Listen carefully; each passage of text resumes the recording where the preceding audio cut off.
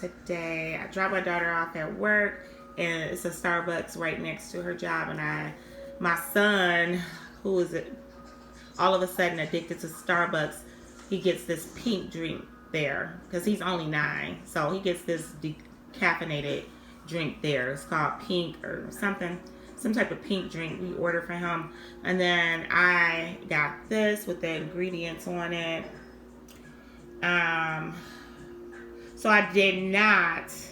I tried to make it keto friendly, so I took out the milk and added heavy cream instead, and then no vanilla syrup, and I added the sugar-free vanilla syrup. It's very, very white. I don't like the fact that it's so milky, and that's one of the reasons why I prefer to make my own coffee, because Starbucks, like when you get things like lattes, it's so extra. It seems like they just drop a little bit. They do shots of coffee and cups of milk. So I'm not going to drink all of this. This is just a sip on until I break my fast. And then I might put another cup of coffee in here from my K-Cup, because I'm not feeling this. I mean, it's not bad in taste. It's just, why am I doing it? Never mind, shut up, Kim. I'm making a long video on a cup of coffee. But here I am.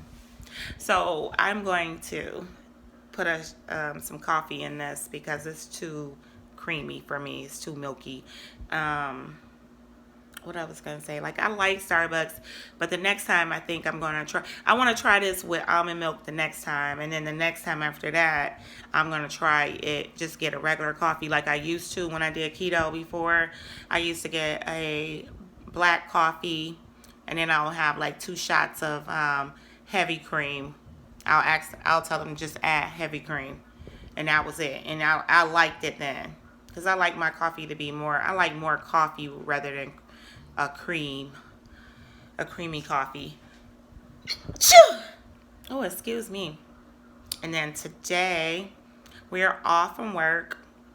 I'm off from work because we have a snow day. I'll show you guys the snow. So here's the beautiful snow, Michigan snow. This is my building complex.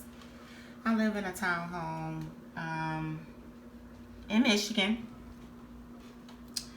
and this is my little back patio. But yeah, it snowed. So they gave us a snow day for school. That's the benefits of working in the school system, being a teacher. I love the snow days, the sporadic snow days, and I love the fact that I'm in Michigan, because we get them because it's going to snow in Michigan. You know that. So anyway, yeah, so I get to stay home, thank God. And I am going to, what am I going to do today? I'm trying to do a long fast, because as I told you guys, I'm following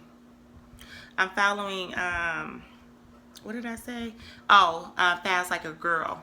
That book. I bought the ebook of it. And so Fast Like a Girl tells you the best times to fast and how to fast for being women, you know, as a woman. So yeah, they recommend you to do longer fasts at certain times of your cycle. So I've been following it this menstrual cycle, to pretty much to the T. I've been fasting longer than some of the times they tell me not to fast long. But so now I'm going into, tomorrow is the 20th day of my cycle, and that is going to require, I'm not supposed to fast 20 to the day that I start my cycle, but I'm going to still fast. However, how long I'm going to still fast, I don't know. It's going to be shorter. I'm going to do shorter fasts. But I notice a trend in the fact that when I do longer fasts, that's when the weight drops. So So yeah, I don't know. I'm just gonna follow my body. And the reason why I started to jump ship on this way of fasting is that because my last menstrual cycle, right before my last menstrual cycle, I had a reaction to fasting, doing a longer fast. Even though I don't do alternate day fasting or anything like that yet, but I had that reaction where I felt like I was gonna faint one day, and I felt I felt sick. I felt like something wasn't right, and I felt like I was missing something in my body or something wasn't right, and so it was my hormones telling me that I needed to eat. And then that was during the time where I had dropped down to 198 real quick, and then so that meant that I wasn't eating enough. That was the other thing. So those are things I'm keeping in mind this go round. So today is day 70 of my 100-day transformation. It could be day 70 or 71. Because when you're counting like this, sometimes you might lose count. But it's okay. Because I'm just going to check my chart that I'm keeping and see what day it is. I think it's day 70 though. Or it could be day 71. And the time is going by so fast. Maisel, can you stop my mommy's alarm? Yes. Thank you. So day 70 or 71 of my 100-day transformation. Day 27, I think, of intermittent fasting for weight loss purposes and spiritual and weight loss. Because I pray, the reason why I say that is because I pray during my fasting hours to God. And I'm following a 40-day fasting prayer plan on the Bible app, so to help me through this. And I was invited to fast or encouraged to fast by a minister that I follow. So that's where that came from. But it just coincides with the losing weight, intermittent fasting for losing weight loss. Because I don't do whole fast. I'm just not that physically strong in my mind to fast a whole day. Several days. Because I saw somebody that fasted just recently on YouTube, fasted for 21 days just with water. I don't praise him, but I praise God for his ability to do that, his strength. And I'm not limiting God's strength in me either. But I'm just saying, at this point, what I do is partial fast. So that's why I put it together. And then I decided to add keto to it.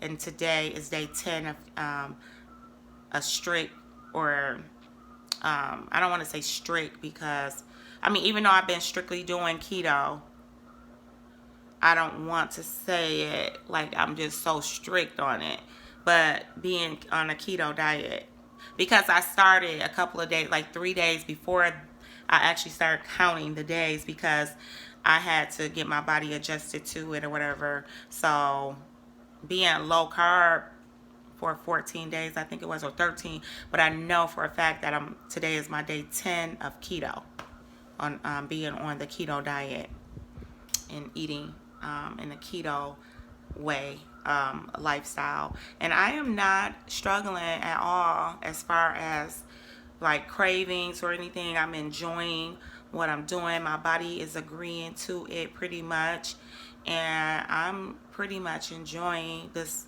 lifestyle. I feel encouraged by it. I like it, and I just want to. I know before when I did it, I had mental clarity. However, the difference is before when I did keto, I was doing it strictly for a diet. Okay, So strictly, I wanted to lose weight real quick. So it's a different mindset that I have this time because I'm actually doing it. I feel like it benefits me and fits my lifestyle as being a 48-year-old woman, going through your body changes. I'm not going through anything like menopause yet, but going through just it supports this time of my life. That's how I feel. And menopause will be coming. So, so I just decided I like that I'm going to do this.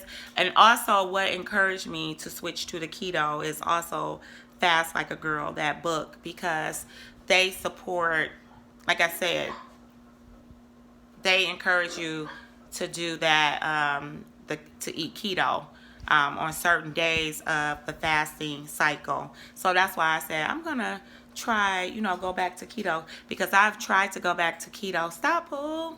Yeah, I'm getting tired. Okay, go back. That's not nice. Thank you. But yeah, I decided to go back to keto and have a different mindset. Now I'm thinking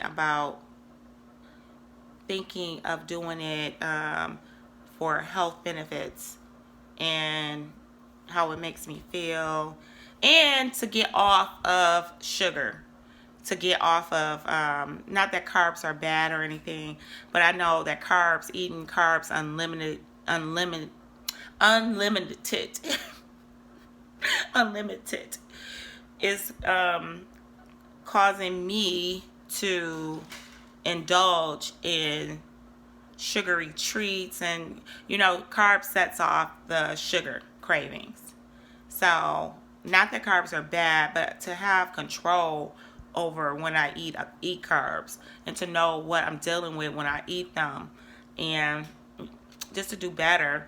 My sugar cravings have gotten out of control. Like, I needed something sweet every freaking day.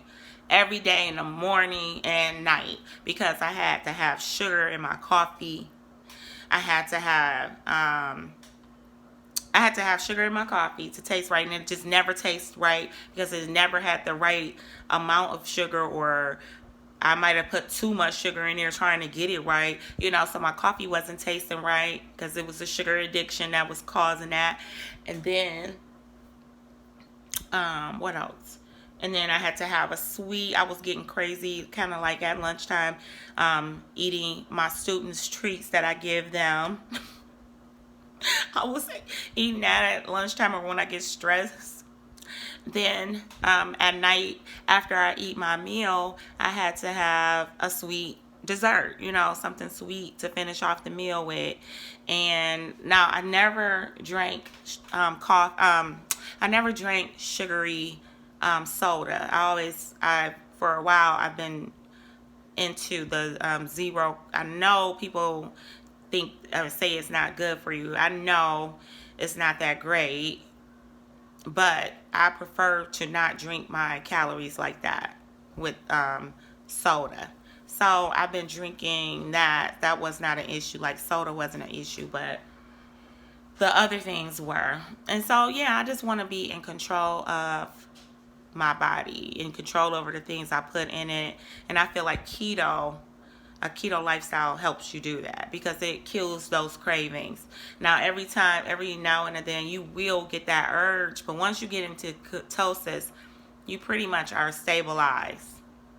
So, and I'm not saying this is the end all be all of everything, because I know that it's things that I enjoy eating, and I'm not going to give that up in my life. I'm not going to say like I said, I never will eat a fry again. Oh, I am going to eat fries sometimes, in moderate when I want to, and then I'm not going to just live off of them.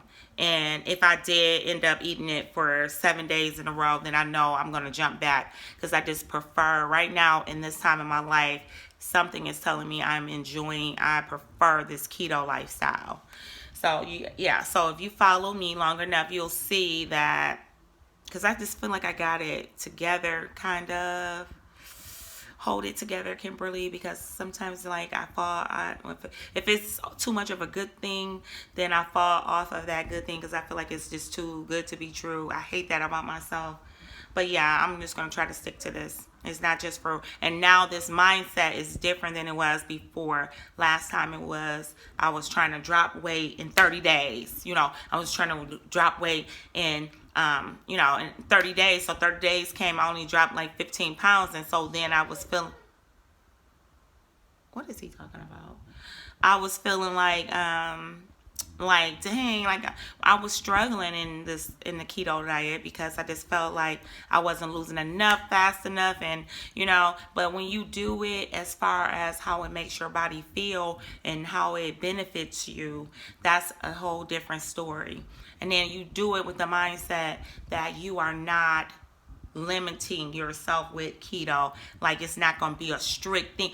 Don't put that strictness in your mind, that limitation in your mind. Know that you might slip up and eat. And I don't want to use the word slip up. Know that you might want to indulge in an apple one day. Know that you might want to eat a sweet potato one day. No, because I remember those times when I was doing it with a friend who worked with me, and we used to feel bad when we have those indulges, and then we used to come back and tell each, feeling like we were defeated. When you really, like, now if I did that, I would not feel defeated because I'm going to jump back in the next day and do it the way I intended to do it. I got that craving out the way. So now I am going to enjoy just doing the diet the right way, and stop saying it's a diet, say it's a lifestyle. So, yeah. So I'm not going to give up. I'm not saying I'm not going to give up on those things. I just know when it's time to eat them, when I'm going to say, okay, So, yeah. That's my plan. That's my plan, and I'm going to stick to it. I'm going to say I'm going to stick to it. And you put enough of the things that's good so the things that you are, your goal foods in your body, then the other foods will fade away eventually. And you'll only want them every now and then. Every now and then. What am I talking about? But yes, that's my plan. And I'm sticking to it. So, like popcorn, I'm going to eat some popcorn. I'm addicted to I love popcorn. Have I had it since I started the keto plan? Nope. But yep, I'm not gonna say I'm never gonna eat popcorn again. Because I was having that mindset in the beginning when I first started. I was like, dang, I can't have popcorn. I can't have this no more. I can't have, But no, it's not that serious. It's not that serious. You got this. And then, like, to help you, like, with sweet cravings, get some sweet treats. Get some sugar-free chocolates are out. They have that. I mean, the things are a little bit more expensive, but those Aldi treats really help me a whole lot for that sweet craving that I would like to have. I told you guys those Aldi treats have helped a whole lot. And what else can you do? What else? Apple cider vinegar helps. It aids in suppressing the appetite. And also you can find supplements that will help you suppress your appetite just to get you to where you want to go. And this right here, I love this. This has helped me so much. That helps me because it suppresses the appetite. It helps you to stay satiated. Anything else? That's it. I didn't mean for this to be 16 minutes long. One day it's not going to be because I'm going to stop talking. And I'll show you guys what I eat when I open my fasting window. Have a blessed rest of your day. Thank you for listening. So now I'm about to get my workout in. I'm about 17, a little bit over 17 hours fasted. I think I'm going to break my fast maybe around 2 o'clock today. But yeah, I'm about to get my workout in. I may share some of my workout moves. I don't know.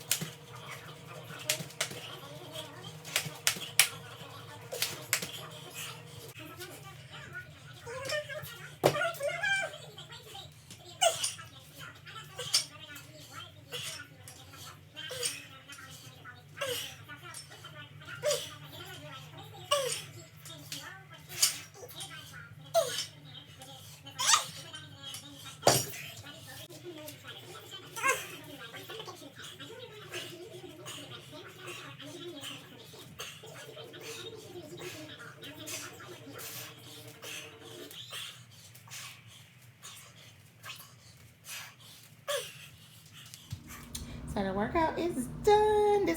So my daughter broke into my workout. So this is actually half of. I did like 30 something minutes before, and then I had to go pick her up. Seriously, my battery is low on this phone. And so this is my average heart rate, which gives me an idea of how hard I was working. 126 is better than, sometimes it's not that high. So anyway, yes, and I got my 70 burpees in and 70 tuck jumps. 70 burpees, 70 tuck jumps, and I did like a HIIT style workout just to get my the fat burning. And so you guys, I think I showed the clips of that, of some of the things that I did.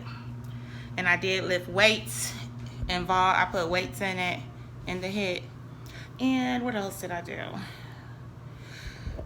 So I would like to say that I made a total mess on my floor. I dropped my entire thing of coffee. So I contribute that to, or give that to, Keto brain is what caused that, because I still experience the keto brain symptom, which is like even though I said my thoughts are clear, they are clearer. I hear myself more clearly, but I still have those moments where I get foggy in the brain and feel a little off balance, and that's due to I think like the equilibrium, or because of the lack of electrolytes, whatever's going on with the electrolyte situation, which is why they advise you when you do keto to drink like salt water every now and then to get your electrolytes up. And I have not been drinking water as much as I was before. Like yesterday, I was slacking on the water, and then so my mouth has been really, really dry. So that's the downside of keto, is that if your equilibrium is off, or I don't know if it's probably both. The electrolytes cause your equilibrium to be off, and then you just get flimsy or whatever, foggy brain. I still have a little bit of bouts of crankiness as well due to the lack of carbs. And what else is a minus? I told you about the breath situation. It's a smell to your breath that smells like fever, and it tastes like a fever. So I mean, it's good to taste that on your breath, because you will know. That's how you can identify that you're in ketosis. What else? It was another downfall, or the keto brain, and then the crankiness, bouts of crankiness. My son was like, "Are you about to start your cycle? Because why are you being mean to me?" I really wasn't being mean to him. I just was like standing up for myself against him. So that's when you are considered mean. But I did feel like I was being a little extra cranky. And my cycle don't start until 8 days, which I do have PMS. What else? What else? Now I wanted to talk about my the prayer. Something that a revelation that I had was that. So I have a box of prayers. I put them on index cards. This is just something I do. It's my routine. I put prayers on, sometimes they are prayers from somewhere I received a prayer. I'll write it on an index card, or declarations, which is affirmations, but relating to the word of God, things that you want to claim over your life, just spontaneous prayer requests, my personal prayer requests. I put them on index cards, and I use them to base my prayers. I let the Holy Spirit lead me in that routine that I do basically every day. And so I have a big box of the prayers, and I pull out the prayers, and I date them if I pull out a prayer, I'm going to date it, read it and date it.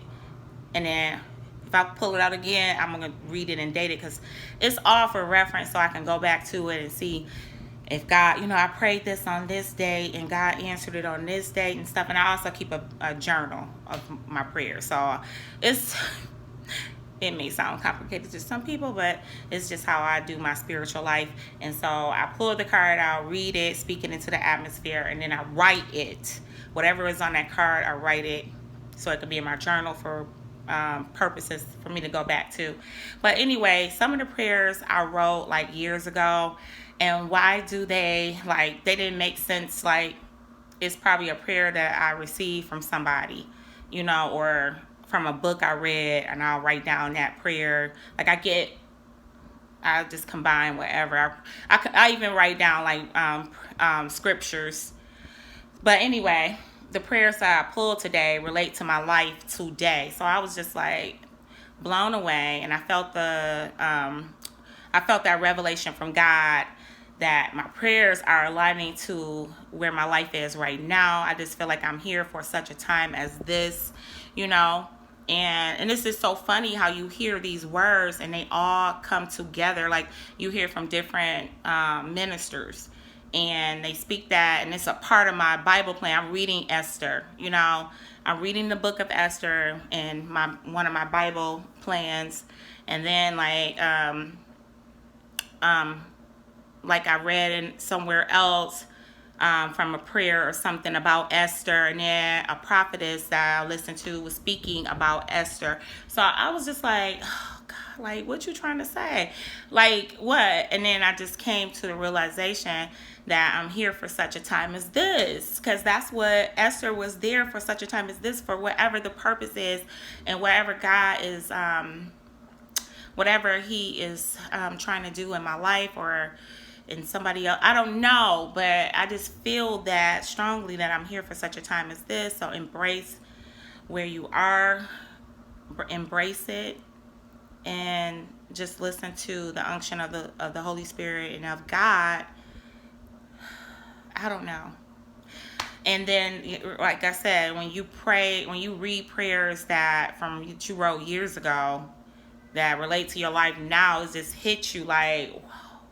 It just feels so awesome to know those are like confirmations that you're in his will, that you're in the will of God, and that God is working in your life. I don't know what he's doing, because where I am right now, I feel uncomfortable. I'm not gonna lie. I feel uncomfortable where I am right now, but I know he's building something in me and for me, because it's always like that. When I feel that way, that I feel like I have a purpose, but I don't know what that purpose is. I'm walking in his will, but I don't know what it is. What's going on. Just follow him. Just follow the directions, instructions of his guidance. Then it's something he's building up in the future that you don't see. So that's how I feel. I felt that way in 2019. I was in a rut, okay? I had just recently divorced. And I'm sorry, this is long again, long-winded. I hate when I get long-winded, but I'm just going to put this out here and I'm done. So I was recently divorced in 2019. And I just didn't know. I was working in an office at that time. I had not gotten back to teaching, but I know that was I knew he had spoke that to me. Like, where I was working, I saw other people getting promoted in that position. And I mean, not in that position, but in that department. And I was like the least one to be promoted. And I just was like, I'm good too. I'm not trying to brag, but I had a degree, and these people didn't have a degree. I will say it was something else that caused that. I mean, I just feel like it was my color, the color of my skin. And I just felt alone. And then I felt like I wasn't growing, and I just felt, but I heard him speak to me like, your promotion is not going to be in there. Your promotion, you got a different type of promotion that's going to come. Your promotion is going to be you leaving there. That's going to be your promotion. Now, don't get me wrong. I enjoyed working there. I liked the people that I worked with, fell in love with them. And I felt like that was like a stepping stone, or somewhere that I was there. I also knew when I worked there that was just temporary. It was just somewhere for me to be comfortable until he moves me to my next position. Like, I be feeling these things. So I knew that, but Maisel, your cousin, said hi.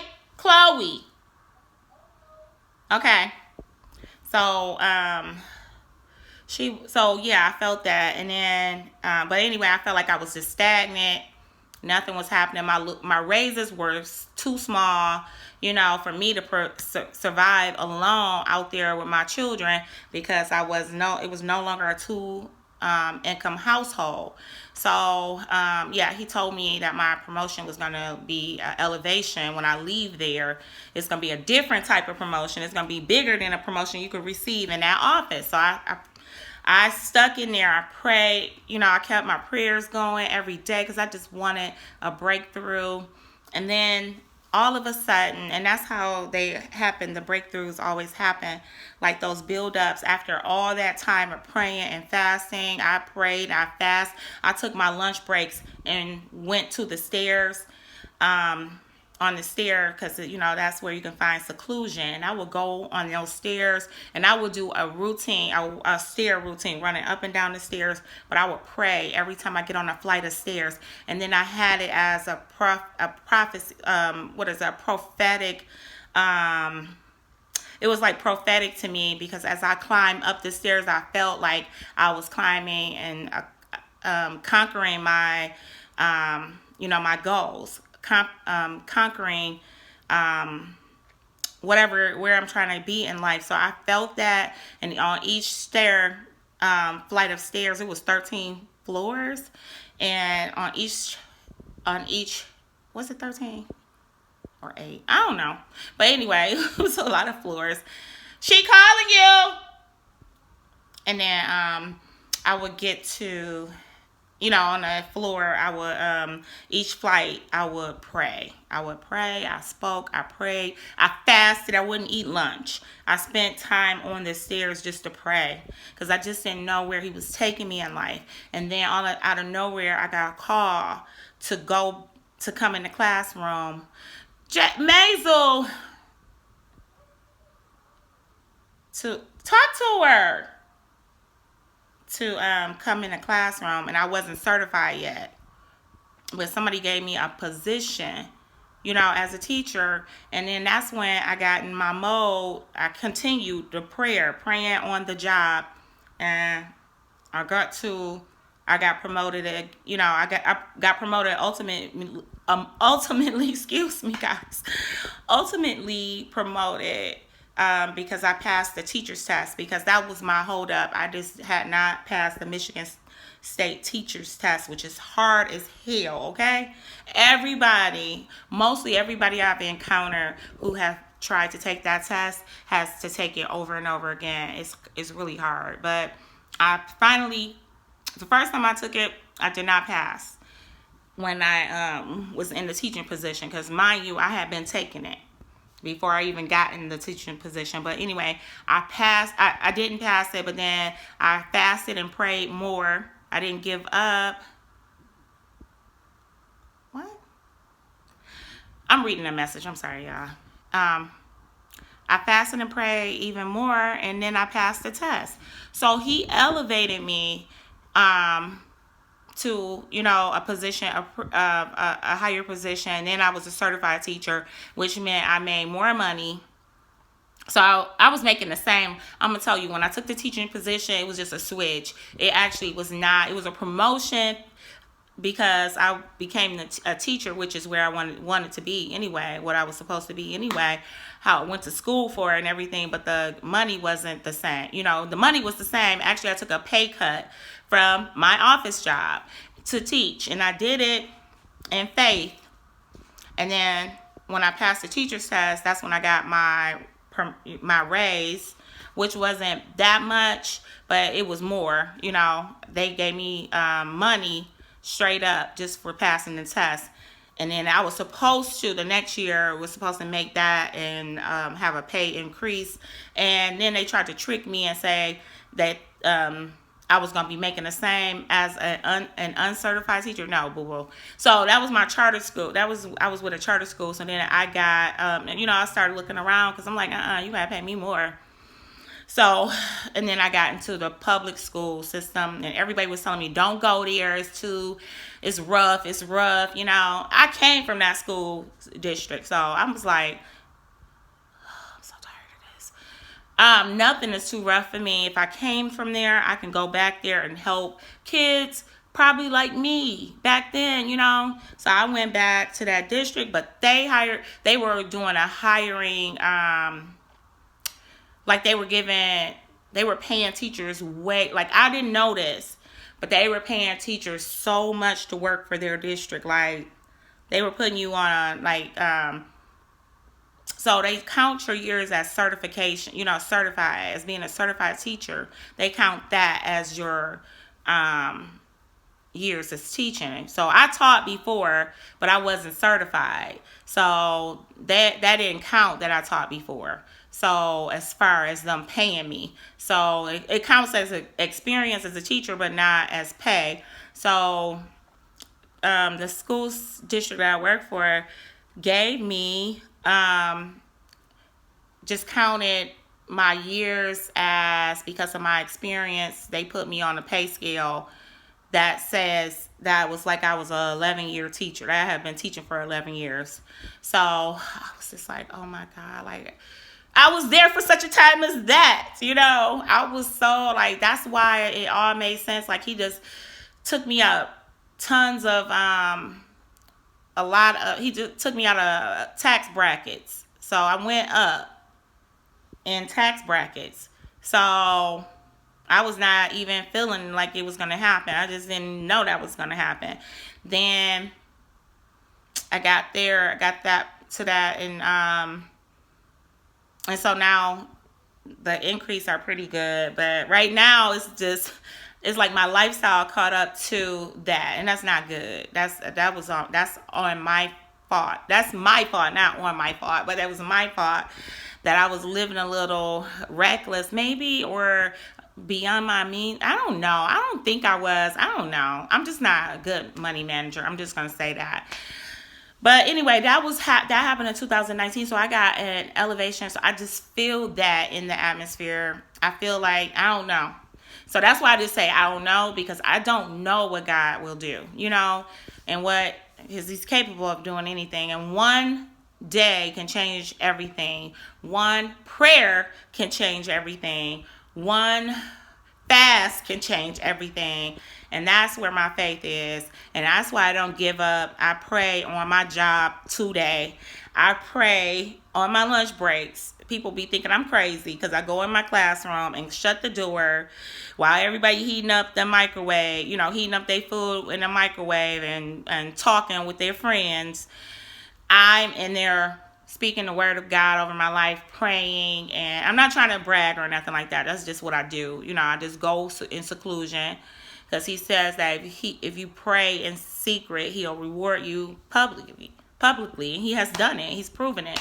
So I'm not trying to brag. I'm just saying that so other people can know, that prayer does work. I'm rooting for God. That's all. So I pray on my lunch break. And my friend, I have a BFF at work, my best friend at work. I be telling her, because she's spiritual too. But I tell her, like, I'll come in your room when I get done praying. I set a timer for whatever time, how much time I want to dedicate to God. And I spend that, and then that's when I do other things. If I want to eat, I'll eat. If I don't have time to eat, I won't. If I can talk to my friend, I will. I pick and choose. Everything else is picked and choose, but prayer is the first thing, because it has changed my life. Just giving him my lunch, giving him that time on my job. It's just hard it just melts my heart to know that it does work, And that's all. I'm sorry, but I just feel like that right now. I just feel like he's building something and doing something that I can't see, because I just feel like, God, if you don't do something right now, If you don't do something for me right now, Lord, something, I don't know if I'm going to make it. I don't know if I'm going to not make it. Like make it in this world, in this, financial world is number one. Finances is so important at this point too, especially in this, what you call that, the thing that's going on now. I can't think of what it is, but I can't think of it right now. This is the keto brain, but I know what it is. Inflation. And it's inflation. And I'm a sower. I sow seeds, and I just, and so yeah, that was what was throwing me for a loop. Is that, yeah, I don't waste my money just on myself, and the most money that I spend will be, okay, rent especially. Rent is expensive. And I would even downsize in rent. I'm serious. To have money in my pocket, to be able to sow and give back to the kingdom and give to others freely, and to give to my children freely, and to buy things freely. I'm willing to settle for somewhere smaller, because it's just me and my 2 kids, and one is 18. Like, I don't know. I'm just asking him to show me what you want me to do, because when you are leasing, they go up on your lease because of inflation. They went up like over $200 last year. So I don't know what they're going to do. And then, so that's what I don't know. I just don't know. Because I want my money in my pocket more so than that. And then I sew, like I said, I try to pay tithes every time, I try to pay my tithes, but it's hard. And then my car note went up. And then, because I bought a new car. And then, because I got to get to from point A to point B. It ain't no fancy car. Trust me. This is a nice vehicle. And comfortable vehicle for a family. And then, that's where my money be going. And then the rest of it is the grocery store, the freaking grocery store. And then, so yeah, that's where my money be going. And the bulk of my money. So, yeah, that's why I need God to do something for me. And I'm willing. I said I'm going to do summer school this year if it's offered, and whatever I can do to get out of this bind until I reach that point in my life. I know it's only temporary, because I know even if I stay as a teacher, it's a big jump in salary. Not the year that I'm coming back to work next year, but the year after that, it's a big jump, and that's the top of the salary for teaching. So when I get to that, I know I would be, if I was living like where I am right now, I would be comfortable, But, God know what He doing. I just trust Him. And I know He will never let me fail. And I know I'm not forsaken. So things that pop up out of nowhere suddenly will come. And everything else will make sense at that point. Things will make sense. So thanks for listening if you listen. And if you didn't, it's okay. Well, if you didn't, you wouldn't be here at the end. So thank you for listening. And I hope something from what I said can bless somebody. So have a good one. Have a blessed one. I'm going to show what I eat when I break my fast. Soon. Why did I say soon? What is wrong with my speech? Bye, y'all. Guys, here is my meal. I'm about to break my fast, and I have, I forgot the avocado. I'm going to put some avocado on this. And then I got the pork. This is the flaming hot pork skins. And then I got the burger, the egg over easy, and one piece of bacon, and the Gouda cheese. And I'm going to dip the pork skins in this dip. And After that, I'm gonna have that, and then I'm gonna see what I'm feeling, and I probably will end my fast. I mean, end my eating window. So I don't know how many hours fasted I am, but let's see. Come on, Life. So this is the app I use is Life, and then I also use Zero. So 21 hours fasted. I like Life because you can put in hours sleep, your prayer or meditation hours, and then or minutes, and then your exercise and greens if you had some, and I did. Had those greens, said that. Okay. And so let's look at Zero is the other app that I use. I didn't stop my fast. I should have stopped it. So come on, fingers, work. Zero. So that says that I was attempting to fast an 18-hour fast, and I went 3 hours over. And I am going to complete my fast because I'm about to eat 21 hours and 15 minutes fasted.